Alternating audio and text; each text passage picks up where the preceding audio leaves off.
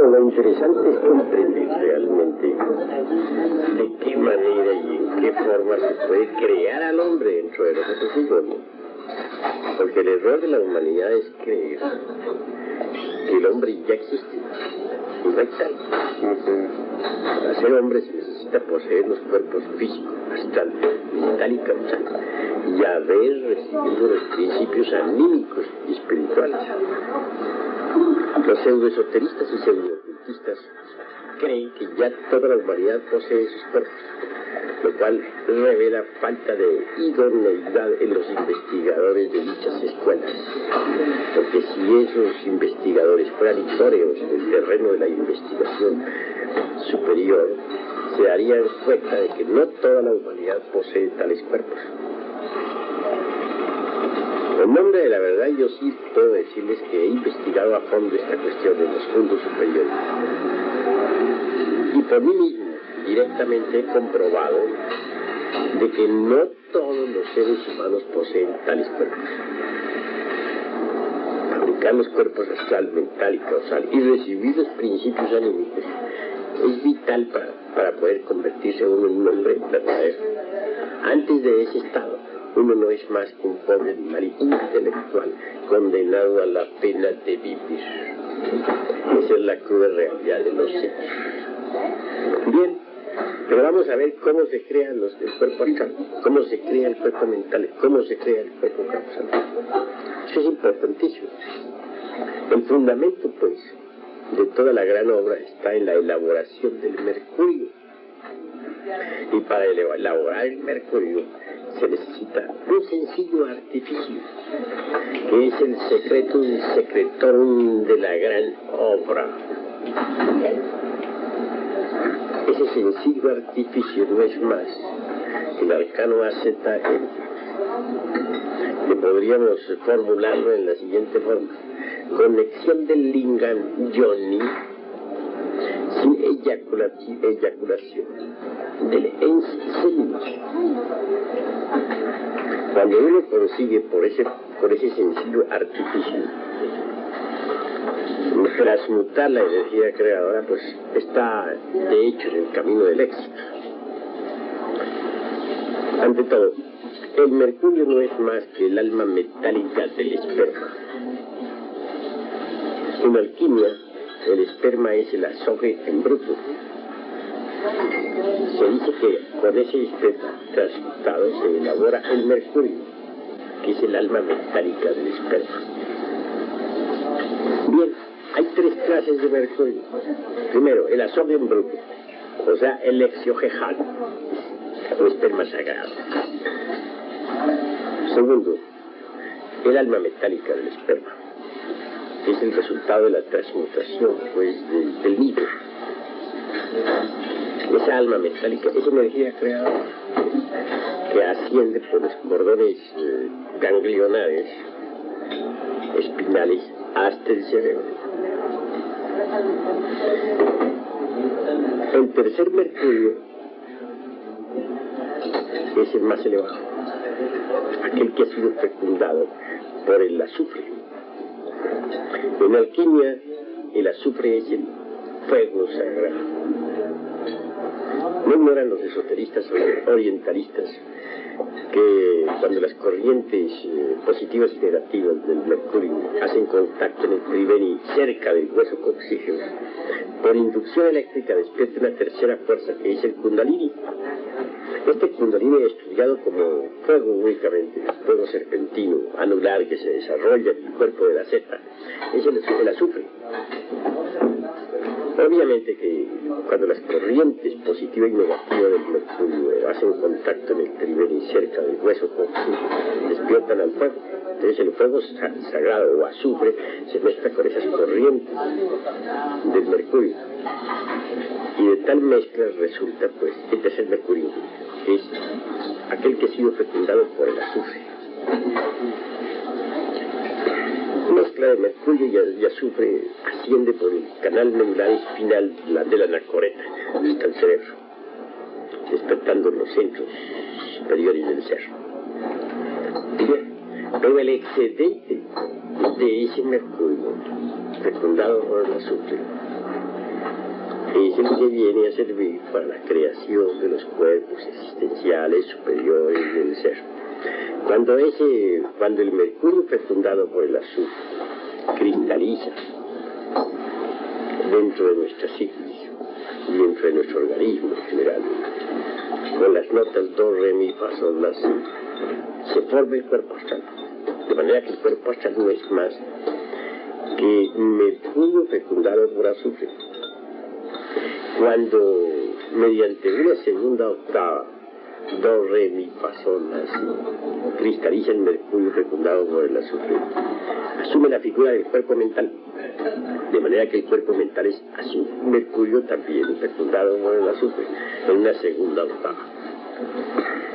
Pero cuando cristaliza el mercurio fecundado por el azufre en una tercera octava con las notas do, re, mi, fa, sol, la, si, se forma el cuerpo causal.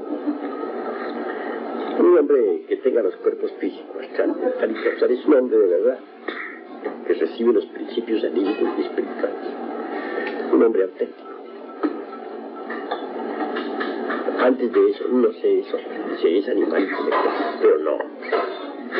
Ahora, bien vale la pena comprender todas estas operaciones de la SOBE, o del mercurio. Para eso trazaré aquí un dibujo específico definido, ¿no? Como una especie de botella primera, ¿no? Que la llamaría yo el primer mercurio, ¿no? Primer mercurio. O sea, azobe, ¿no? Sí. Azobe. Igual esperma, ¿no? Sí. Esperma. Pero esa primera botella, el primer recipiente, da origen a un segundo recipiente, que es el segundo mercurio, ¿no? El segundo mercurio.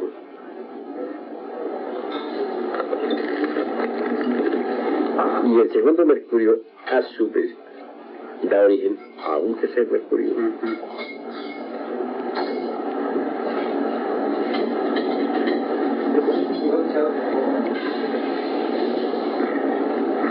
Tercer mercurio.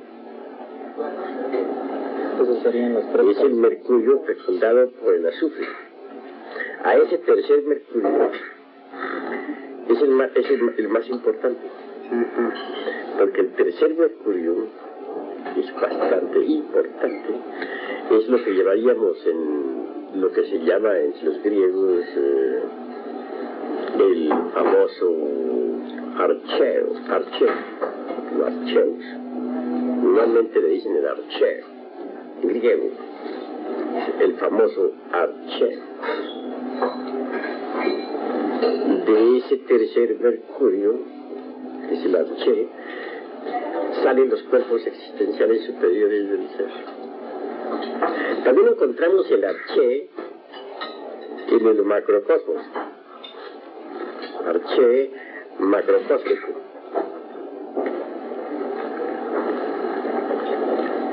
Ese arché macrocósmico es la nebulosa, de donde salen los mundos.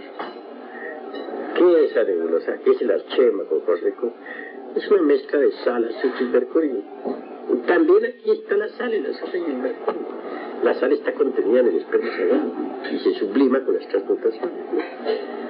De manera que en el arché del microcosmos hay también sal, azufre y mercurio. Y en el esperma del macrocosmos, en el arché del macrocosmos. ¿Cuál viene a ser la sal aquí, maestro? La sal está contenida en las secreciones sexuales. Sal, sí. Sal, pero que pasa por distintas sublimaciones. Sí. De manera que cuando se realizan las transmutaciones también se transmuta la sal. Ajá. En el arché del microcosmos, de donde salen los cuerpos existenciales superiores del ser, pues hay sal, azufre y mercurio. En el arché del macrocósmico también sal, azufre y mercurio, ¿no? Sal, azufre y mercurio en el arché del microcosmos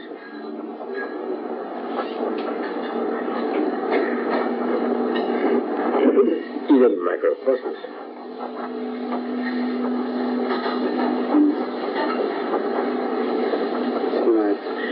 De ese arché sale del macrocosmos. Ahora, ¿qué es una nebulosa? En una nebulosa sale el arché del macrocosmos, sale azufre y mercurio, de allí salen las unidades cósmicas, los mundos.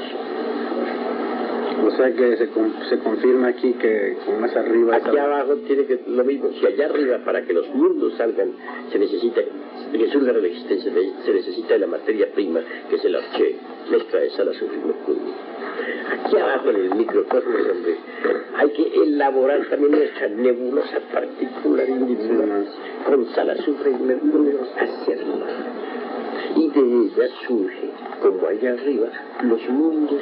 Aquí surgen los cuerpos existenciales superiores. Lo que el gran arquitecto del universo hizo en el macrocosmos, nosotros lo tenemos que hacer aquí en pequeño, dentro del microcosmos, porque tal como es arriba, es abajo. Así es como vienen a surgir los cuerpos existenciales superiores del ser en el hombre. ¿Me han entendido? De manera que entonces se necesita crear el arché dentro de nosotros. El arché es sal, azufre, mercurio. Tanto arriba como abajo. Creado pues el arché. Ese arché viene a cristalizar en los cuerpos. Un cuerpo es una mezcla de sal, azufre y mercurio. Tanto en lo físico como en lo astral, en lo mental o en lo causal. Ese es pues el asunto, ¿no? ¿Y cómo se fabrica el arché? Entonces ahí viene la cuestión de las botellas, ¿no? Primer mercurio, segundo mercurio, tercer mercurio, pues, ¿no? 3 mercurios, 1, 2 y 3. El tercer mercurio ya es el arché. Con eso es que se hacen los cuerpos. ¿Verdad que esto, Gurdjieff lo habla desde un punto de vista ya del hidrógenos expansivos y no sé qué, a grosso modo como para disfrazar la cosa o como para alegorizarla más que todo? Nosotros lo estudiamos desde el punto de vista alquimista, a la luz del laboratorio de la alquimia, para llegar a comprenderlo mejor, debidamente estructurado, en forma logística. Ahora, ya fabricados los cuerpos, entonces necesitamos perfeccionarlos. Para convertir esos, ¿y para qué? Para que esos cuerpos se perfeccionen se necesita forzosamente eliminar el mercurio seco. ¿Y cuál es el mercurio seco? Pues los yoes. Si uno no elimina los yoes, los cuerpos no se perfeccionan. Y los cuerpos que no se perfeccionan no pueden ser recubiertos por las distintas partes del ser. Para que los cuerpos puedan ser recubiertos por las distintas partes del ser deben perfeccionarse, convertirse en vehículos de oro puro. Pero no podrían esos vehículos convertirse en instrumentos de oro puro si no se elimina el mercurio seco y el azufre arsenicado. ¿Cuál es el mercurio seco? Los yoes. ¿Cuál es el azufre arsenicado? Pues el fuego animal bestial de los infiernos atómicos del hombre. Ese fuego que corresponde al abominable órgano pulgar articulador. Hay que eliminar el mercurio seco y el azufre arsenicado para que los cuerpos existenciales superiores del ser, creados con el arché de la alquimia, puedan convertirse en vehículos de oro puro, de la mejor calidad. Esos vehículos de oro puro pueden ser recubiertos por las distintas partes del ser. Y al fin todos ellos penetrándose y compenetrándose mutuamente sin confundirse, vienen a servir de envoltorio para nuestro Rey. Nuestro Rey, el Cristo íntimo. Él se levanta de su sepulcro de cristal cuando hay un envoltorio de esa clase y se recubre con ese envoltorio para manifestarse aquí a través de los sentidos y trabajar con la humanidad. Así es como el Señor viene a la vida, surge a la existencia. El Cristo cósmico, o sea, el magnes interior de la alquimia. ¿Cuál es la piedra filosofal? La piedra filosofal es Cristo íntimo vestido con esos cuerpos de oro o recubierto con esa envoltura de oro. Esa envoltura de oro formada por los cuerpos es el tosoma helíaco, el cuerpo de oro del hombre solar. Cuando uno posee pues la piedra filosofal, tiene poder entonces sobre la naturaleza. La naturaleza sabe obedecerle. Posee el elixir de larga vida. Puede conservar el cuerpo durante millones de años. La naturaleza le obedece. De manera que ese es el camino está en la alquimia. Ahora bien, no podría aparecer, fíjese usted la relación que hay en las minas, lo vemos, entre los átomos del oro, propiamente el oro, y el azufre, Sí, y la plata también. Sí. A la plata la amalgama. Muy bien, dentro del organismo humano suceden cosas similares. Resulta que, como esos cuerpos son mercurio fecundado por azufre, en esos cuerpos del mercurio tiene que aparecer entonces el oro. Tienen que ser fijados los átomos de oro. Pero ¿quién podría fijar los átomos de oro en el mercurio? No podrían ser fijados sino por un artífice, que no es otra cosa sino el famoso antimonio, el antimonio de la alquimia. El antimonio de la alquimia no es como se cree una mera sustancia química, no. En la alquimia el antimonio es una de las partes de nuestro ser, habilísima en la transmutación del plomo en oro. Esa parte de nuestro ser especializada en eso, sabe fijar los átomos del oro en los cuerpos del mercurio. Así es como los cuerpos del mercurio vienen a convertirse en cuerpos de oro puro, de la mejor calidad. Cuando uno posee ya los cuerpos de oro puro, recibe también la espada de oro. Ya uno es un arcángel con espadas de oro puro, de la mejor calidad. Una espada que se revuelve, amenazadora y que lanza fuego, llamas. La espada de los arcángeles. De manera que bien vale la pena pues fijar los átomos del oro en el mercurio. Todo eso se puede hacer a condición de eliminar el mercurio seco y el azufre arsenicado. Si alguien no elimina el azufre arsenicado y el mercurio seco, pues sencillamente no logra crear o perfeccionar sus cuerpos hasta hacerlos de oro de la mejor calidad. Así pues, todo el secreto de la gran obra consiste en saber fabricar el mercurio hasta crear el arché, la nebulosa íntima particular de donde han de surgir los distintos cuerpos. Por ahí está, ese es el camino del trabajo. Maestro, ¿cómo empieza a sentirse evidentemente la comunicación entre el íntimo y uno? Pues eso no es posible en tanto exista el ego, o en tanto no esté uno trabajando, mejor dicho, en la disolución del ego. A medida que uno va disolviendo el ego, va entrando en comunicación con el íntimo. Mientras lo presume uno, lo presiente, nada más. Pero el íntimo viene a manifestarse ya uno fuera del cuerpo físico, en aquellas horas en que el cuerpo físico está en la cama dormido. Entonces viene a uno el íntimo para instruirlo, para enseñarlo. De manera que poco a poco el íntimo va surgiendo entre las profundidades de uno mismo. Y volviendo al aspecto alquímico de lo que nos está explicando, sí. Las tres calcinaciones del mercurio por el hierro y por el fuego son precisamente esas que nos habló. Bueno, las tres calcinaciones por el hierro y por el fuego corresponden a la primera y segunda montaña y parte superior de la segunda montaña. O las cocciones. De las tres cocciones o tres calcinaciones del mercurio, ¿no? Son tres purificaciones a base de hierro y fuego. Uno llega a la resurrección del Cristo en uno mediante tres purificaciones. Tres purificaciones a base de hierro y fuego. Eso está representado en la cruz por los tres clavos. Los tres clavos significan las tres purificaciones de hierro y fuego. De manera que entonces hay tres purificaciones, son tres calcinaciones del mercurio. La primera calcinación pues corresponde a la montaña de la iniciación. La segunda corresponde a la montaña de la resurrección. Y la tercera corresponde a los últimos 8 años de la gran obra. Los últimos 8 años de la gran obra. Maestro, el real ser se manifiesta de distintas maneras, es decir, en forma simbólica y por medio de palabras. El real ser interior profundo se manifiesta a uno pues a través del simbolismo o directamente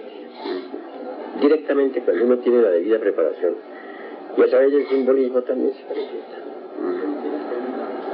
Pero para que se manifieste el real ser uno tiene que primero bajar, tomarse la molestia de bajar a la fragua encendida de Vulcano, a trabajar en la preparación del mercurio. Si uno no prepara el mercurio, pues el real ser tampoco tiene interés en manifestarse ante él. Claro. La verdad que todo el secreto de la gran obra consiste en la preparación del mercurio. Dicen los sabios, darnos el mercurio y con eso tenemos todo. Eso es lo principal. La verdad que en síntesis, hablo de la gran obra en síntesis. Sí. Ahora, ¿cómo se llega a la resurrección? Eso ya es trabajo de envergadura. No, pues ya para qué. De envergadura. Ahorita lo importante es llegar a hombre. Claro, convertirse en hombre antes de entrar en el reino del superhombre. Claro. Porque el hombre, dice un códice de Anáhuac, dice, los dioses crearon a los hombres de madera y después de haberlos creado lo fusionaron con la divinidad. Mas luego añade, no todos los hombres logran fusionarse con la divinidad. El hombre fusionado con la divinidad obviamente es el superhombre. Ahora, la mayor parte llegan hasta convertirse en hombres, mas no alcanzan el estado del superhombre. Para convertirse en hombre verdadero, pues tiene que crear los cuerpos. Pero sucede que hay muchos que han logrado crear los cuerpos y recibir naturalmente sus principios superiores, anímicos, espirituales. Se han transformado en legítimos hombres, en auténticos hombres. Pero no han eliminado el mercurio seco, ni el azufre arsenicado. Entonces, ¿qué ha sucedido? Que no han perfeccionado esos cuerpos, no han logrado crear esos cuerpos en vehículos de oro puro. Han logrado crearlos, pero no han logrado transmutarlos en vehículos de oro de la mejor calidad.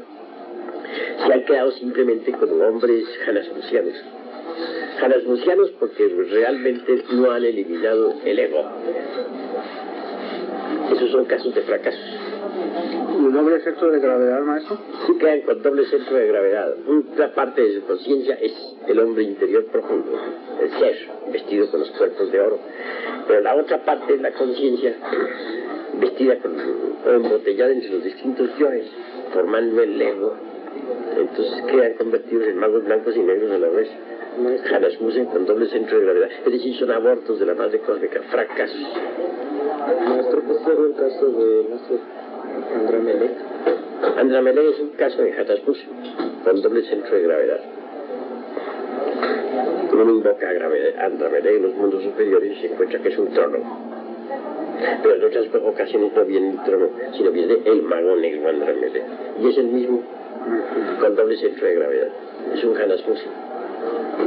Un Janasmusen es un fracaso de la gran obra, un aborto de la madre cósmica. La madre cósmica es la asignatura astral del esperma sagrado.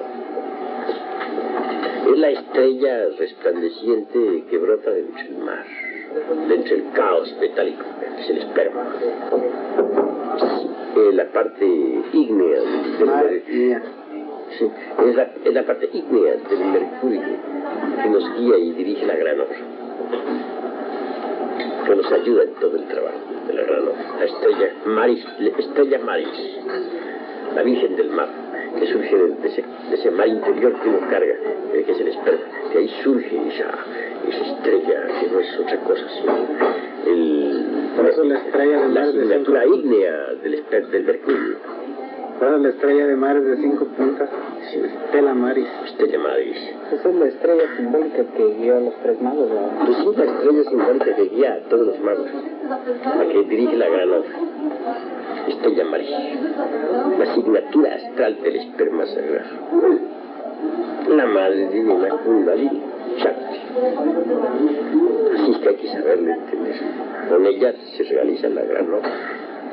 Pero como les digo, si uno no elimina el mercurio seco y el azufre sedicado, no logra fusionarse con la divinidad. Y si no logra fusionarse con la divinidad, se convierte en un aborto, en un fracaso.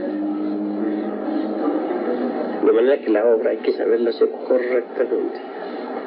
El antimonio está dispuesto a fijar los átomos de oro en el mercurio, a condición de que nosotros eliminemos, con ayuda de Estrella Maris, eliminemos el mercurio seco y el azufre acética. Si así procedemos, el antimonio trabajará en su forja, fijando el oro en el mercurio.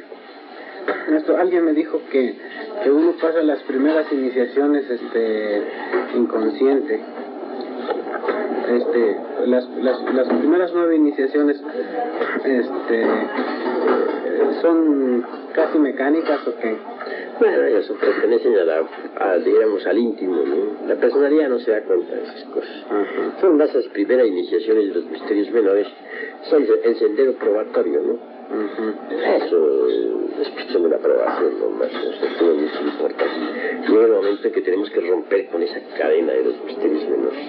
Lo fundamental para nosotros son las 8 grandes iniciaciones de misterios mayores. Eso es lo fundamental. Lo demás, las iniciacioncitas esas de misterios menores, eso es del sendero probatorio, que los discípulos aprueban. Una cadena que hay que romper pedazos. Lo fundamental para nosotros es el trabajo en la gran obra. Eso es lo vital. Y a eso debemos dirigirnos, a realizar toda la gran obra. Ahora, para comprender los misterios de la gran obra, se necesita recibir el don de Dios, o sea, el don de Dios. Si uno no ha recibido el don de Dios para poder entender la ciencia de la gran obra, aunque la estudie, no la entiende, porque resulta que no se dirige al intelecto, se dirige a la conciencia.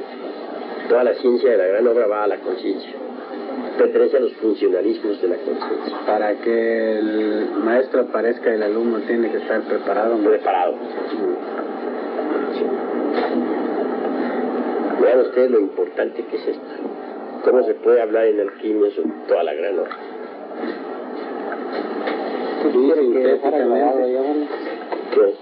Que el simbolismo de, como yo sé que es alquímico, el simbolismo de los 3 Reyes Magos. Bueno, los 3 Reyes Magos son los colores de la sal, los colores, mejor dicho, de que presenta el mercurio cuando uno está purificando los cuerpos. Se dice que en el crisol, entonces el crisol, hay que saber cuál crisol, el crisol sexual. El mercurio da un color negro en principio, un color blanco después, luego prosigue con el amarillo y luego culmina con el rojo. Ese es el simbolismo de los Reyes Magos, ¿no? Uno de ellos es negro, el otro es amarillo y el otro es blanco. Y en cuanto al rojo, el rojo es la púrpura que todos ellos como reyes llevan puesta. Ese es el simbolismo del rojo. Y la estrella que los guía a ellos es la estrella precisamente de la Estrella Maris, la que guía todo el trabajo. Estrella Maris es la que guía todo el trabajo, la que hace todo el trabajo. Estrella Maris. Obviamente que entonces, pues cuando uno quiere convertir, digamos, el cuerpo astral en un vehículo de oro puro, tiene que dedicarse a eliminar el mercurio seco. Y claro, todos esos yoes sumergidos que hay en el astral surgen con una fuerza terrible, espeluznante, horrorosa. Y se procesa el momento de corrupción en que todos esos elementos pues deben irse desintegrando, ¿no? Atacan violentamente los demonios y se dice que entonces ha entrado uno en el reino de Saturno. Ha empezado su trabajo con el cuervo negro. Corresponde a Saturno. Cuando ya todos esos elementos comienzan a ser destruidos y desintegrados, el mercurio del cuerpo astral comienza a emblanquecerse. Cuando ya han sido destruidos esos elementos, en su mayoría, ya entonces recibe uno en el astral túnica blanca, la túnica de Ptah. entre los egipcios. La túnica del hilo blanco. Pero tiene que continuar en el trabajo, hacia adelante, hasta convertir ese mercurio astral en un cuerpo de perfección, prosiguiendo con el trabajo de desintegrar elementos indeseables que hay en el cuerpo astral, que corresponden al mercurio seco. Al fin, el mercurio ese astral reaparece con el color amarillo, que recién se recibe la túnica amarilla de los grandes misterios. Y prosiguiendo en el trabajo, llega un momento en que ya no queda absolutamente ningún elemento indeseable en el cuerpo astral. Cuando ya todo el cuerpo astral, repito, pues ha sido purificado y perfeccionado, que ya llega, ya ha podido entonces, dijéramos, el antimonio, que es una de las partes de nuestro ser, fijar los átomos de oro en ese mercurio, entonces ese cuerpo astral viene a quedar de oro puro. Cuando ya es de oro puro, entonces lo traga la divina madre Kundalini y se recibe la púrpura, la túnica de púrpura, la púrpura de los reyes.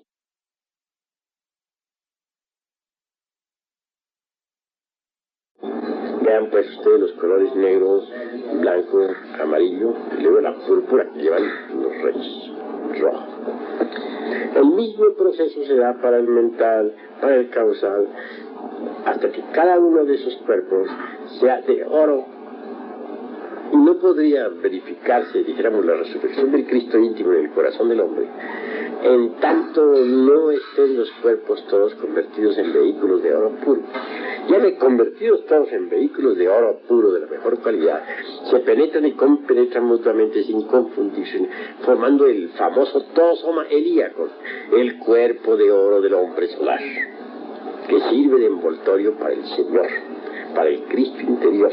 Él se levanta de su sepulcro de cristal y viene aquí a la manifestación. Se envuelve con el cuerpo de oro, se expresa en carne y hueso como un Mahatma resurrecto, para enseñar a la humanidad, para trabajar por la humanidad. Ese es el objetivo. Pero ya van viendo ustedes el significado de los Reyes Magos y de la estrella. En cuanto al niño, ese niño es el Cristo íntimo. El niño que adoran los Reyes Magos, el Cristo íntimo, que tiene que pasar por todo el drama cósmico. Durante el proceso de la alquimia, el Señor interior profundo trabaja terriblemente. Él en el fondo es ya el dirigente de la gran obra, porque la misma Estrella Maris trabaja bajo su dirección. Él es el jefe de la obra. De manera que cuando ya el Señor interior profundo ha terminado la totalidad de la gran obra, entonces es claro que Él resucita de nuevo. El Señor interior profundo, el Cristo íntimo, nace como un niño en el corazón del hombre y tiene que desarrollarse durante el trabajo esotérico. Tiene que vivir el drama cósmico dentro de uno mismo y tiene que trabajar terriblemente dentro de uno mismo, porque Él se hace cargo de todos nuestros procesos emocionales, volitivos, emocionales. En una palabra, se hace hombre entre los hombres y sufre las mismas tentaciones de la carne que todos, y tiene que vencer y triunfar hasta salir triunfante. Cuando ya sus vehículos todos son de oro, Él ha triunfado. Ya puede darse el lujo de vestirse con esos cuerpos y venir al mundo de la carne para vivir como todo un adepto resurrecto, triunfante y victorioso. Por eso es que para el Señor interior profundo, que es el Cristo íntimo, son todas las alabanzas, todos los honores, porque solo Él es digno de toda majestad y honra, porque Él es nuestro verdadero Salvador.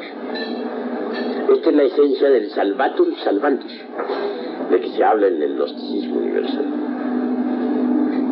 Él quiere salvarnos desde adentro. Él es el Salvador interior, el jefe de la gran obra, el director del laboratorio, el magnesio interior de la alquimia. Y vestido Él con los cuerpos de oro es la piedra filosofal, la gema preciosa, el carbunclo rojo. Quien posee esa piedra tiene el elixir de larga vida. Quien posee esa piedra tiene la medicina universal. Quien posee esa piedra tiene el poder de transmutar el plomo en oro, los polvos de proyección, etcétera, etcétera, etcétera. Esa piedra es muy, dijéramos, dúctil, elástica y perfecta, ¿no? Es fusible, se puede echar entre el fuego como la manteca, sin que se pierda. Uno puede echar manteca entre una sartén, por ejemplo, y no se pierde, es fusible.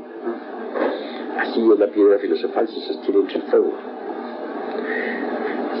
Se puede perder, dijéramos, el espíritu metálico de la piedra es el Cristo íntimo. Ese espíritu metálico puede evaporarse. Cuando un metal se funde. Cuando se funde un metal, es cuando se derrama el vaso de Hermes. Entonces se funde un metal, hay una reducción metálica del oro en tal o cual cuerpo. Y eso da origen a que aquel magnesio interior se escape. Entonces se dice del sabio que ha perdido la piedra filosofal, que la ha disuelto entre el agua. Cuando se cae el bodhisattva. Bueno, hablando de ese lenguaje ya fuera de la gran obra tosco y rudo, ¿no? Diría que cuando se cae el bodhisattva, ¿no? Pero realmente en alquimia se dice claramente, dice cuando se echa la piedra al agua, cuando se disuelve en agua en día sábado. El día sábado, ¿por qué el día sábado? Pues hay que entenderlo esotéricamente, sábado de Saturno y es el reino de la muerte. Quien disuelva su piedra en agua, pues la pierde y queda sin la piedra. Y aquello del séptimo día de descanso que honraban los antiguos, ¿qué significado tiene? Eso está relacionado con la gran obra. Todo el Génesis está relacionado con la gran obra. El primer día del Génesis corresponde al trabajo en el abismo y el primer sello del Apocalipsis. El segundo día del Génesis corresponde al trabajo en las aguas, la vida, entonces, el cuerpo vital. El tercer día del Génesis corresponde al astral. Cuarto día del Génesis al mental. Quinto día del Génesis al causal. Sexto día del Génesis pues, al sexto sello del Apocalipsis, ¿no? Al búdico o intuicional. Y luego pues el séptimo sello, séptimo día de la creación es el día de descanso, porque el trabajo se hace en 6 días o periodos de tiempo. Al séptimo hay descanso. Y en el octavo viene la resurrección del Señor. De manera que el Génesis y el Apocalipsis se complementan. Pero hablan de 7 días nada más. Cada día de esos es un año. ¿Cósmico? Sí, un año terrestre, un año humano, porque la gran obra en síntesis se realiza en 8 años. Y ya en síntesis la parte superior de la gran obra son 8 años, ¿no? Aunque los periodos de trabajo y de preparación son muchos más, ¿no? Pero ya la última síntesis, el último periodo en que se concluye la gran obra es de 8 años, los 8 años de Job, los 8 años maravillosos. 7 días y en el octavo hay resurrección.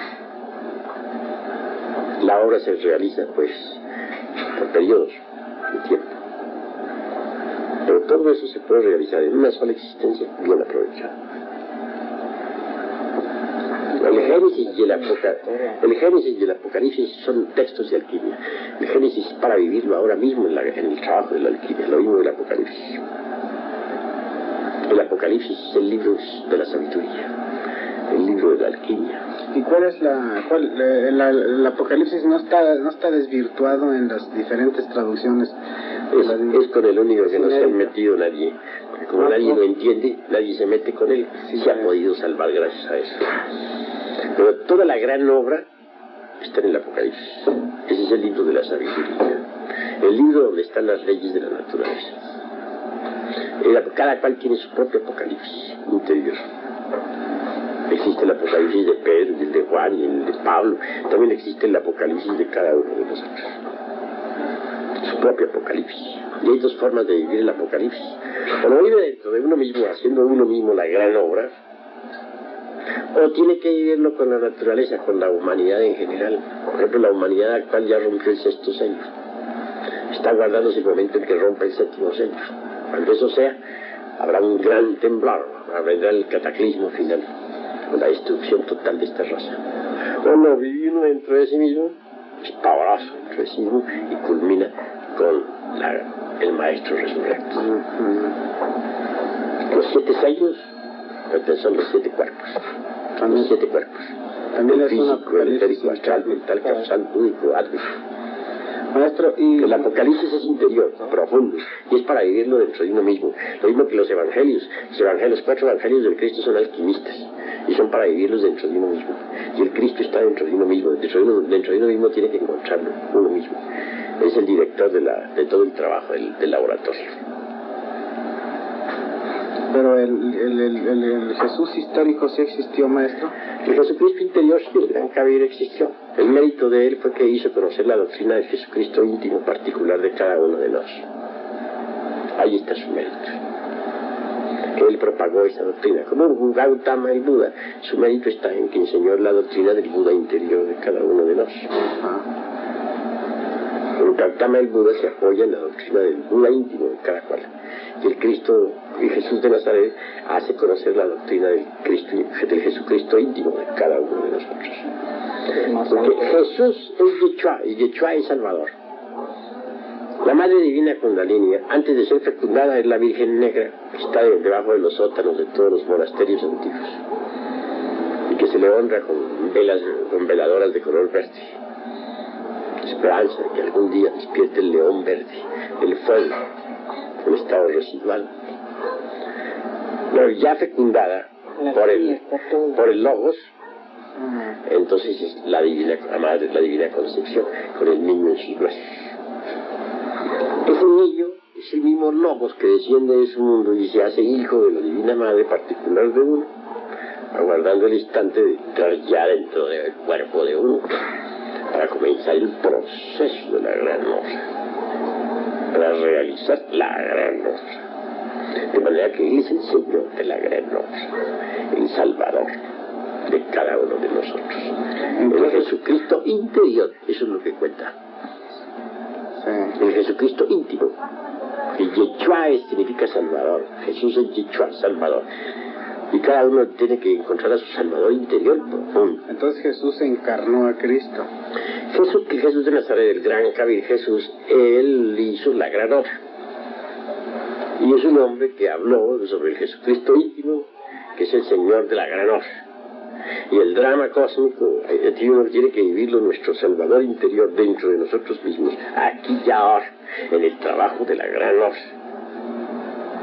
Los 3 traidores, por ejemplo, que son Judas, Pilatos y Caifás, son 3 demonios. Judas es el demonio del deseo, que cada uno lo carga en su interior. Pilatos es el demonio de la mente, y en cuanto que siempre encuentra disculpas y justificaciones y evasivas para sus peores errores. Y en cuanto a Caifás, es el demonio de la mala voluntad en cada uno de nosotros, aquel traidor que cambia al Cristo, mejor dicho, que prostituye la religión. Caifás, en un sacerdote, ¿qué es lo que hace? Convierte el altar en lecho de placer y copula con las devotas y vende sacramentos. Y cada uno carga a Caifás adentro. ¿Verdad? Que Judas, Pilatos y Caifás son los 3 traidores que traicionan al Cristo íntimo. Ellos son los que lo entregan a la muerte. Y todos los millones de personas que piden su muerte son los yoes de uno, que gritan crucifixia, crucifixia. Y nuestro Señor interior profundo es coronado con corona de espinas y es azotado. Eso lo puede ver todo místico. Y por último es crucificado. Al fin baja de su cruz y es colocado en su sepulcro. Y después, y con su muerte, él mata a la muerte. Y lo último que hace es, después resucita en uno, vestido con los cuerpos de oro puro, de cuerpo, es ya el 3er año, y vestido con los cuerpos de oro puro. Entonces, es ahí que tenemos ya la piedra filosofal. Dichoso el que la tenga, porque ese ya, pues es un maestro resurrecto.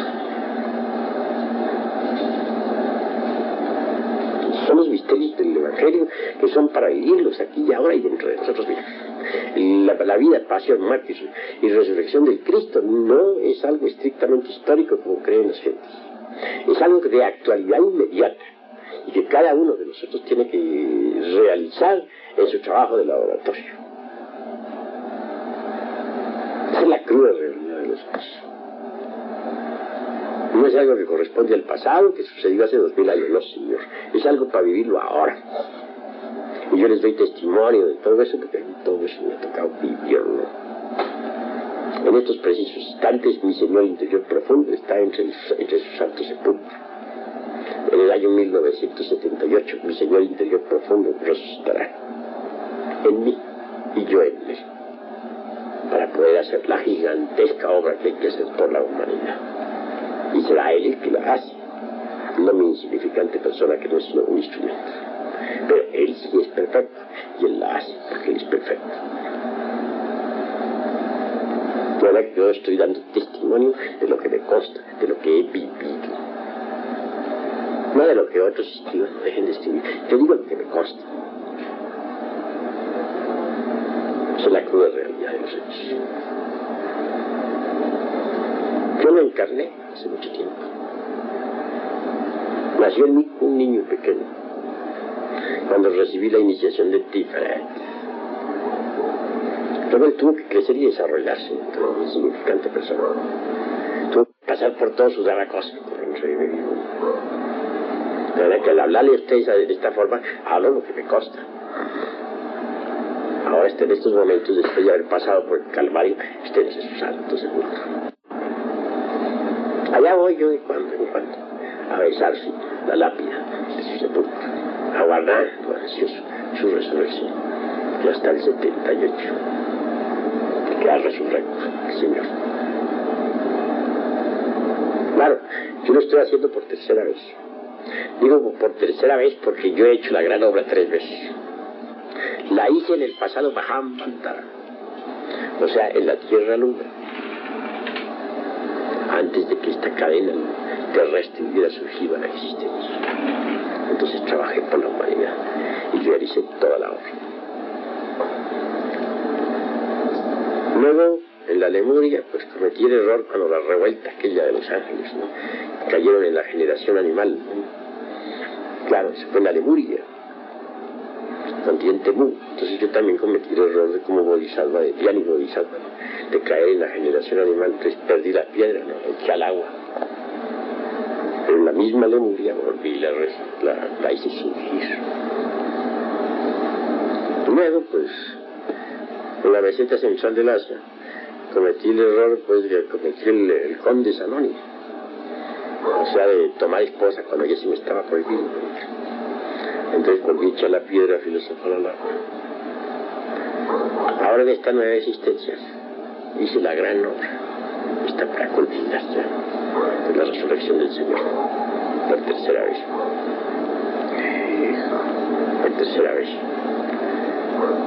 ¡Qué barbaridad! Bueno, pues ya la he hecho 3 veces. En la antigua Tierra Luna, la hice. Pero cometí el error allá de echar la piedra al agua, y allá mismo me tocó volver a levantar la piedra, otra vez a darle vida a la piedra. En la Lemuria cometí el error de delinquir, y luego la misma Lemuria la eché arriba otra vez. Y luego en la raza aria volví a delinquir, y en la meseta central del Asia volví, digo, luego aquí en la raza aria, que fue desde la meseta central del Asia, volví a echar mi piedra al agua, y ahora la estoy otra vez haciendo surgir a la existencia. Por tercera vez. ¿Verdad que ya tengo experiencia? Conozco el camino. Conozco el camino. Y lo conozco prácticamente. Lo que sí quiero decirles es una gran verdad, ¿no?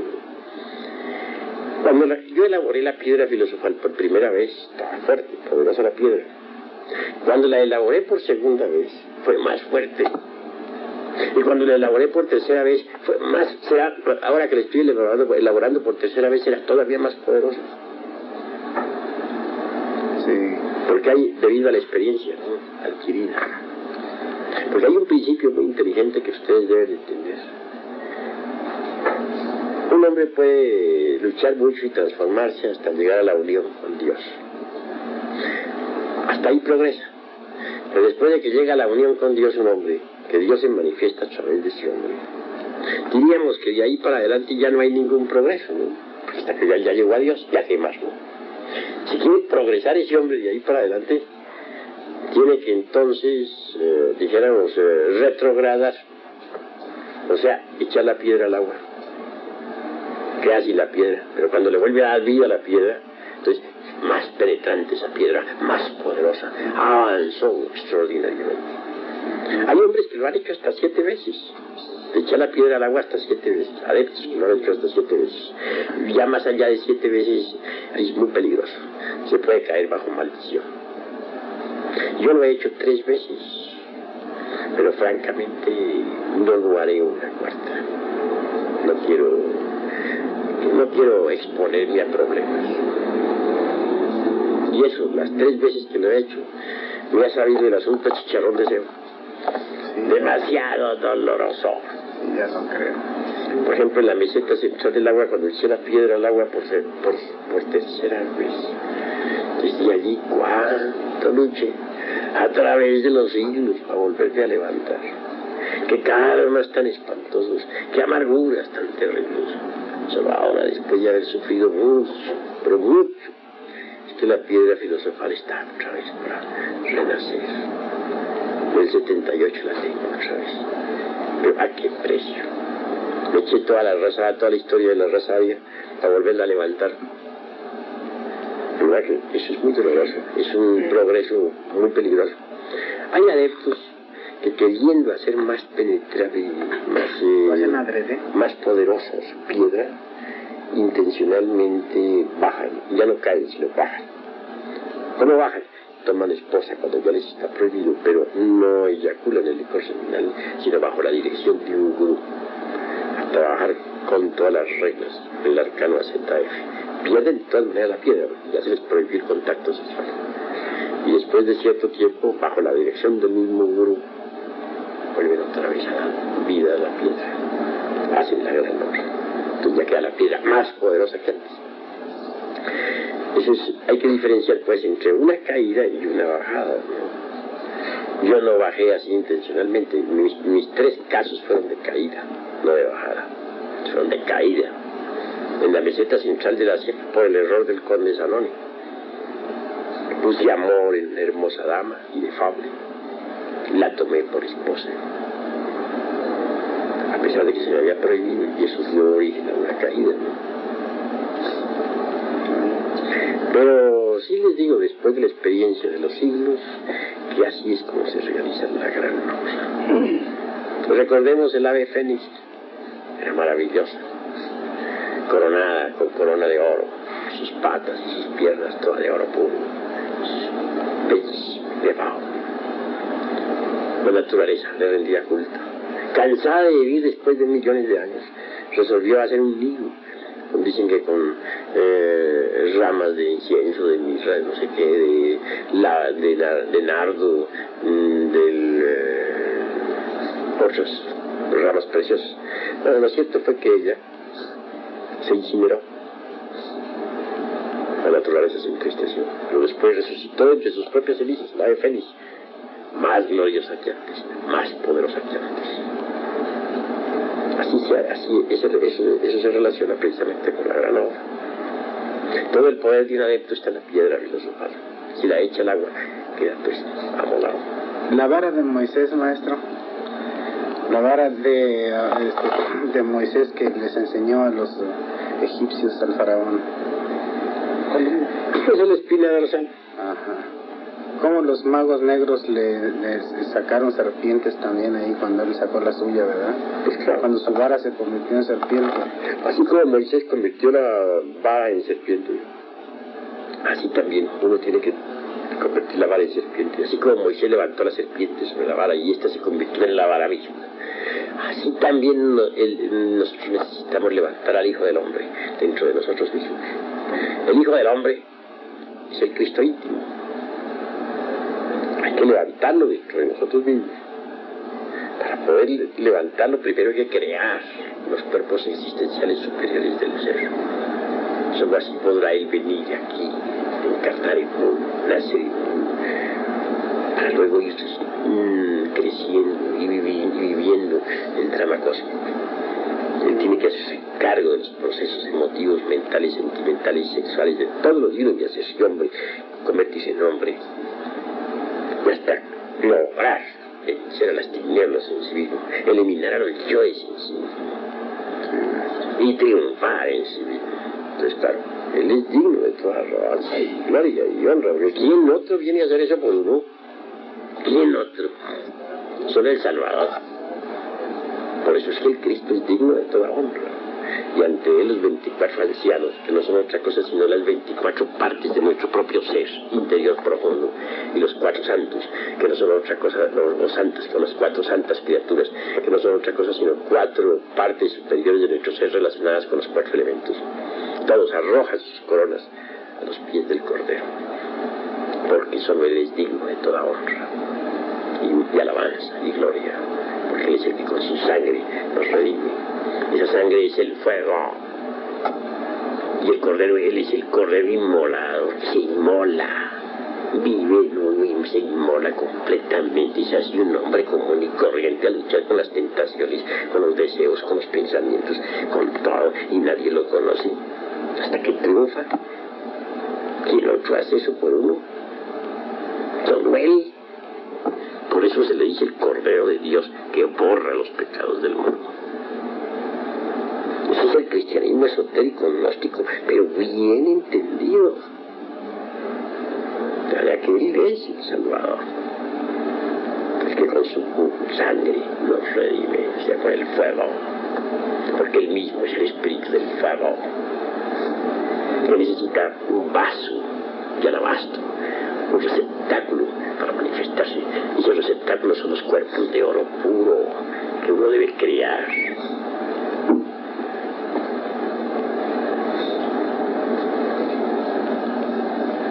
Entender esto es formidable, porque llega uno precisamente a donde debe llegar,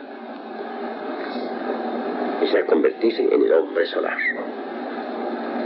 en el hombre real, en el hombre Cristo. De verdad que por esto hay que luchar a muerte, contra todo y contra todos, contra sí mismo, contra la naturaleza, contra todo lo que se oponga, hasta triunfar, convertirse en el hombre solar, en el hombre Cristo. Esto no es cuestión de la evolución, no es cuestión de involución, no, esto es cuestión de revolución interior profunda. Esto se sale del dogma ese de la evolución y de la involución. Esto pertenece a la gran obra, y esta gran obra es revolucionaria. Desde la voluntad, maestro. ¿Ah? Ahí tiene que intervenir definitivamente. La voluntad. No es asunto mecánico. No, trabajo consciente se logra a base, dijéramos, de trabajos conscientes y padecimientos voluntarios. Hay que dedicar la vida en su totalidad a la gran obra, hasta conseguirlo, convertirse en el hombre solar. El sol, eso es lo que quiere. Él quiere una cosecha de hombres solares. Eso es lo que le interesa al sol. De manera que nosotros debemos cooperar con el sol hasta convertirnos en hombres solares. Él quiere una cosecha de hombres solares. Eso es lo que le interesa a él. Bueno, hermanos, creo que ya se nos ha hecho un poquito tarde. Aún no